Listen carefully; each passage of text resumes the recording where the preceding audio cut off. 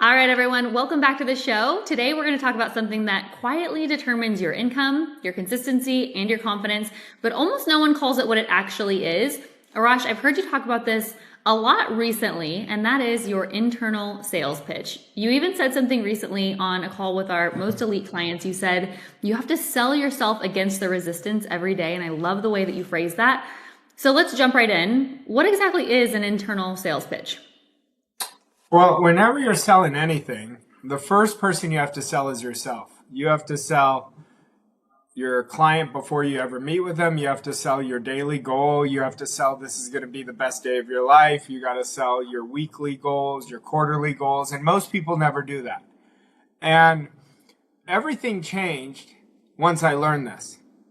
And I learned it from Napoleon Hill in this powerful book called Selling You. And in the beginning of the book, he said the first person you have to sell every day is yourself. And when you do that, everything changed. When I did it, everything changed. See, we're already in a sales conversation long before we talk to anybody. And that conversation is with ourselves. That's where the resistance is. That's where we know we have such strong belief that we're going to beat our personal best every day. So, Mike, what I've learned over the last 21 years. I mean, I've been selling since I was a little kid. I was selling door-to-door candy bars when I was playing sports. So I didn't realize it at the time, but I was. And most people have their whole life, even if they don't know it. But most people don't lose sales because they're bad communicators. They lose sales because they're bad communicators with themselves. And that's where everything starts. You know within 10 seconds if somebody believes in what they're saying. And so every prospect knows whether you believe it. And that's the same thing with your goals. That's the same thing with what your expectation is. And so the first person we have to sell every day is ourselves. You know, something you said just now is so interesting to me because I think everyone here is familiar with an internal dialogue, that internal conversation that you're having with yourself pretty much all the time. But what you're saying is that that conversation is always or almost always actually a sales conversation. Well, every conversation is a sales conversation. Every conversation we have in our life is a sales conversation. We're either selling an idea, a product, or service. Now, most people don't see that. I have a lot of people will come to me and say, well, I've never been a salesperson. And then I always rebuff it with them. Is rebuff a word? Rebuke it? Rebuttal it? Anyway. I always say, like, when you're going out to dinner with your spouse, one of you is selling someone on the idea. There's always selling going on. But selling in the most simplistic form is a transfer of belief. That's what it is. It's energy. If somebody is trying to convince their prospect, it's because part of them is unconvinced. That's belief again. So that's not a script problem. That's not a communication problem. It's an identity problem. And that's the internal sales problem. So we have to understand that whenever I'm selling a prospect, I genuinely think they'd be crazy not to do what I have. And they know that I'm not attached to it. So it's easy for me to transfer belief. But the key is you have to believe in what you're selling. So you have to believe in you first. Then you have to believe if you're selling a product, you can't kind of believe in your product or else you're going to transfer down. And the best way to believe in your product is know your product, your idea, your service creates massive transformation. Because people are not buying for your reasons, they're buying for their reasons. And people love to buy, but they don't like to be sold. They don't want to be persuaded. They want to be led, and if it makes sense, they do it. So elite salespeople every single day, they have a goal. They have a daily goal. They are constantly working on upgrading their value. How do they upgrade their value? They upgrade their personal development prior to ever getting on a sales call. They're upgrading their identity, their standards, their disciplines, their decisions. And you always sell the outcome. Average people, they're drifting into the day. I hope I make a sale. I have 3 appointments on my schedule. Today's a better day. Elite people decide into their day. They're like, this is what I'm doing regardless of what's on my calendar. I'm going to make 2 or more sales, 3 or more sales, 1 or more sales, whatever the daily goal is. And the daily goal drives them because they sold themselves on that daily goal. And that's where it becomes magical, Mike. So would you say that, and I love the way that you broke down sales to the most basic level. So transference of belief, and you have to sell yourself that belief before you can sell it to someone else. Now, would you say that something is simply a hope or a wish unless you've sold yourself on the belief that you can achieve it? Yeah, belief happens behind the scenes. Belief isn't on the call. Belief happens in your preparation. Most sales presentations are terrible. And I'm being very honest. They're horrible. Why? Because people don't practice their presentations. You have to practice. If you're going to get great at selling, you have to practice your presentation when nobody's seeing you. And you've got to really upgrade your standards and identity, because that's what builds belief. But belief, nobody sees it, but they feel it.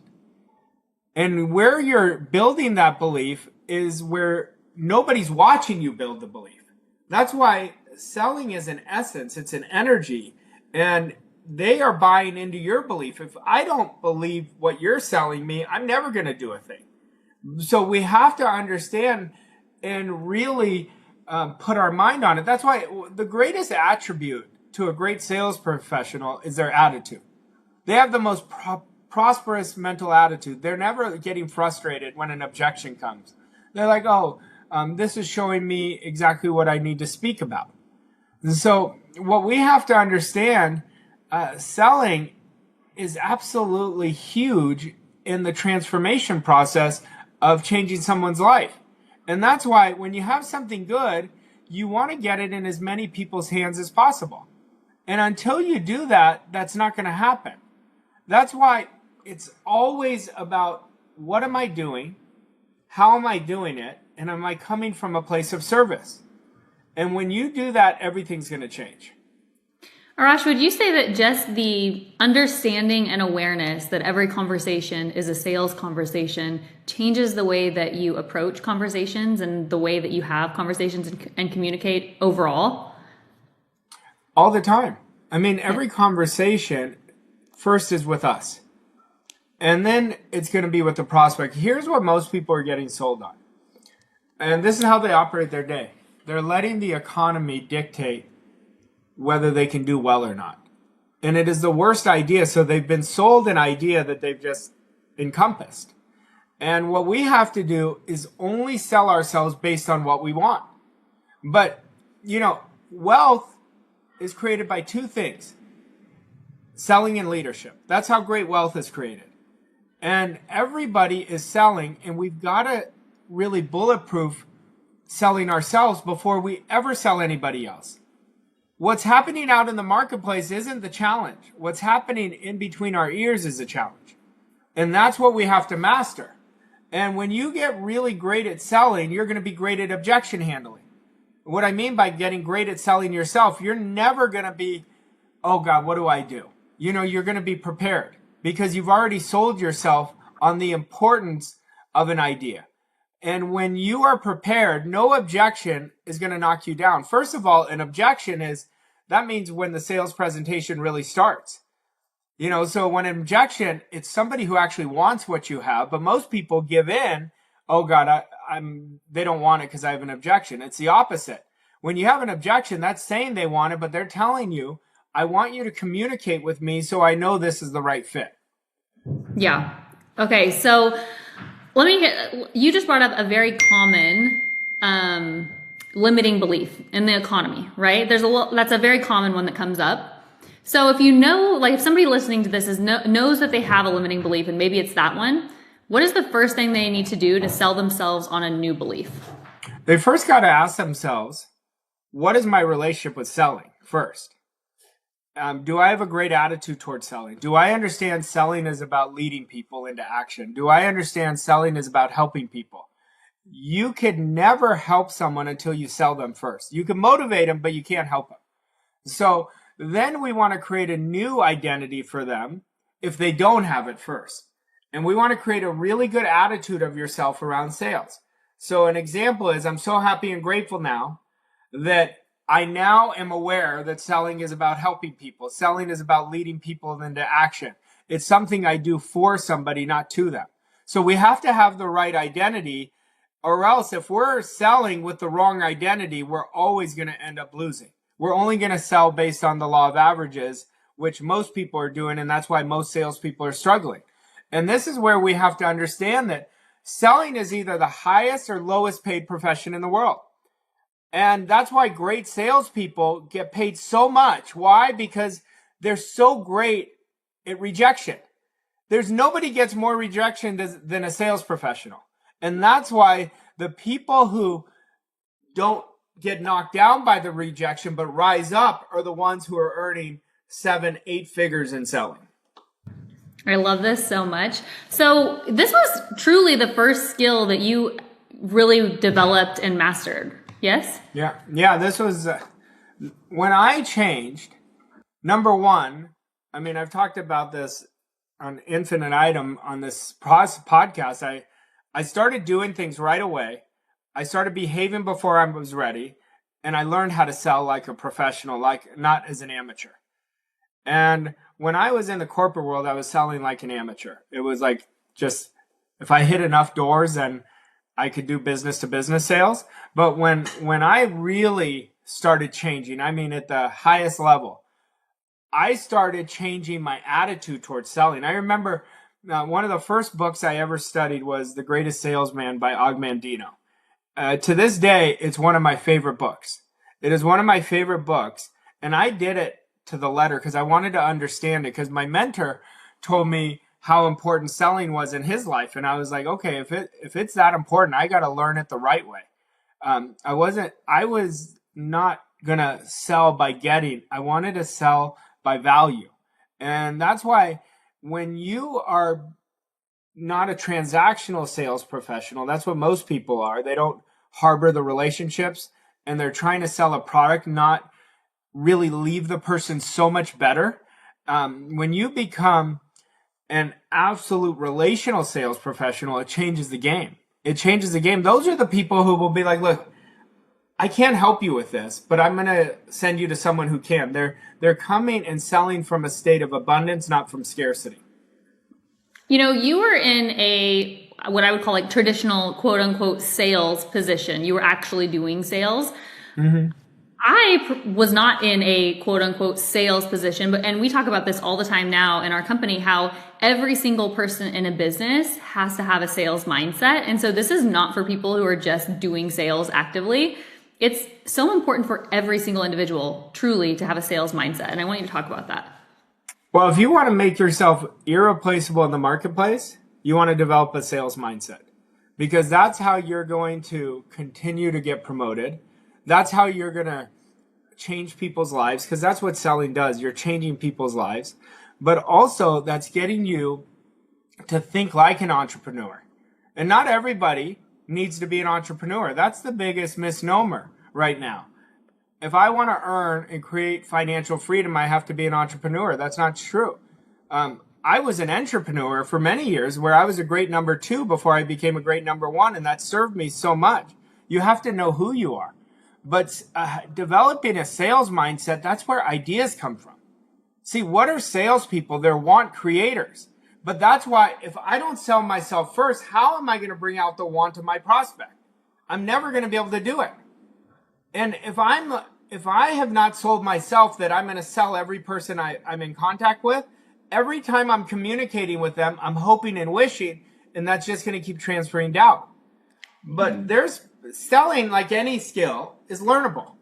But the most important skill that is connected to selling is attitude. It's attitude. People are buying your attitude towards your idea. They're buying your pleasing personality towards it. And that's why when you get really good at selling yourself, selling others is going to be the easiest thing you do, but you're going to do it the right way. You are going to do it in harmony with the law. You're not going to do it to get. You're going to do it to rise them up. And when you do that, I promise you, you're going to be irreplaceable in the marketplace. Arash, would you say that at the most basic level, your internal sales pitch is getting yourself to buy more into the opportunity than to the obstacles? Over and over and over again. Over and over again. You're just seeing how you can, not why you can't. Someone is always being sold in a conversation. someone is always being sold. You're either selling yourself that you are going to give the best presentation. If they don't buy, you could look yourself in the face and I said, I just created invisible results in such a good way. But we have to be prepared. So that's why we have to do our personal development work, because that's what builds our identity. And identity is where we transfer our belief. Like, someone who really knows that they can help somebody. Then somebody else who's hesitating, always stuttering, their language is very weak. That's somebody who doesn't have belief. But belief is only built through repetition. That's why we have to do the repetition over and over again. And that's where the magic comes. Just hearing you talk through this is directly tied to your confidence and your self-image, yes? Completely, like everything is, right? Confidence does not come from personality. Confidence comes from preparation. And that's why I was saying earlier, elite salespeople practice their presentation every day. Repetition, Mike, is what creates certainty. And certainty, you feel it immediately. You feel it right away. But that's why you don't rely on your mood to sell. You rely on your identity. See, most people are like, if I'm in a good mood, I feel really good that I'm going to sell, but they're not going to create consistency. Identity always overrides emotion. And that's why elite salespeople are consistent. So when you're looking at belief, if you're trying to convince somebody, you don't have belief. That's just the fact. But when you have belief, you're never trying. You're asking empowering questions. And when you're doing that, you're always 4 steps ahead. But that's why, I can't sell anybody until I sold myself. Ever. And if you haven't sold yourself, please don't put an offer out. Please do not ask for the close. Because I promise you, you're never going to get it. Arash, I think so many times people are waiting for the belief, and they're waiting for the confidence before they ever swing the bat, before they ever go out and take action. But you have to be willing to swing and miss and swing and miss and swing and miss and do that repetition to gain the confidence before you're not going to do it once you're ready. Yeah, 100%. I mean, you have to do the work that nobody sees. That's why the work we do in private is what we get paid for in public. And so when we do that, everything changes. And you want to create an environment that encourages people to buy. What is that environment? That's somebody who's passionate about what they're doing. They love what they're doing all the time.